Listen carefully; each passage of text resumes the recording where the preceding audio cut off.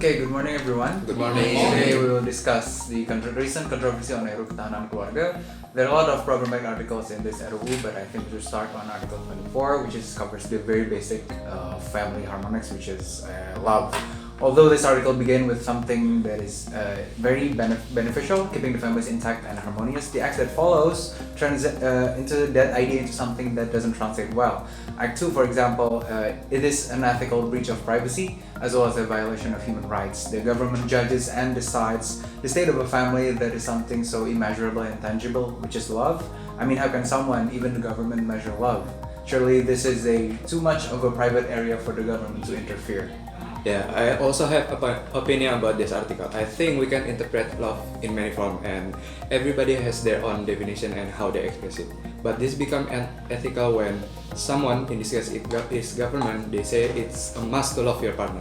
I mean, yes, when we are married as a husband and or a wife, we definitely love each other. But what would be the parameter to see if a husband and a wife are not in love? I think this Article 24 would be moved in a gray area and would be used something violating in divorce case.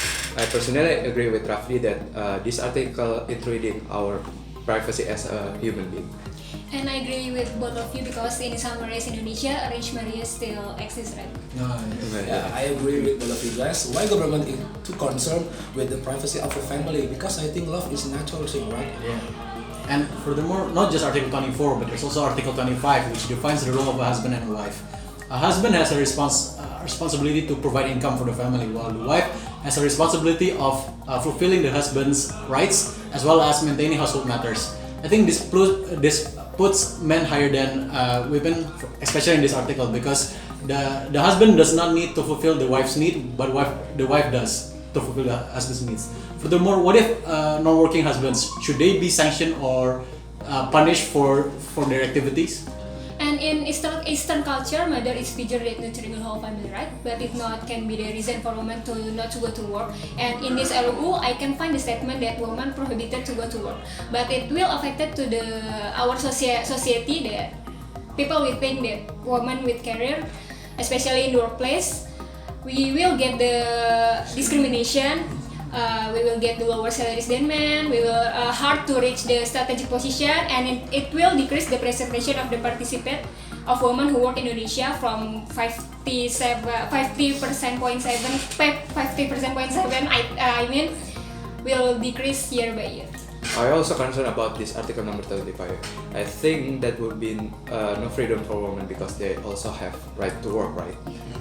And from my point of view, the government should not interfere in family matters that are dynamic and compromising. It's unethical and not their duty to regulate people's marital life.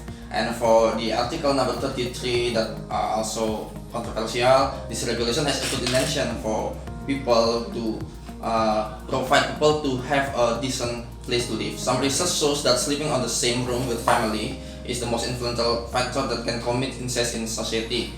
The rate of rapes for young women has increased, especially by older men who have family relationships with the victims. And after some investigation, this disgusting thing happened because there is no separation of parents' rooms, boys' rooms, or girls' rooms. But in my opinion, ideally the room should be separated, but not because of incest worries.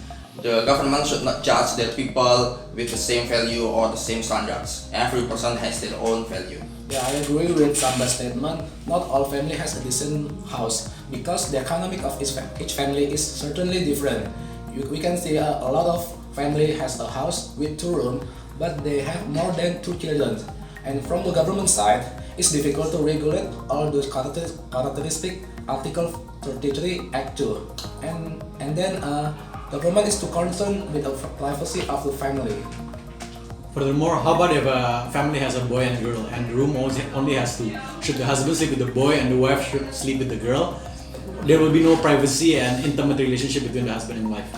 Okay, so now we all know where we stand on this RUU, right? We can all agree that this RUU is initiated by something that is in best intention for all of us. It is something that started as a benevolent thing, but ultimately the government missed their marks because they skip a few important steps before they hit their intended goals. That's what makes this so controversial, unethical, and also very debatable even until this point. Okay, so great discussion. Hopefully the government will review and revise this article later. And thank you for the time. Thank Most you. secure.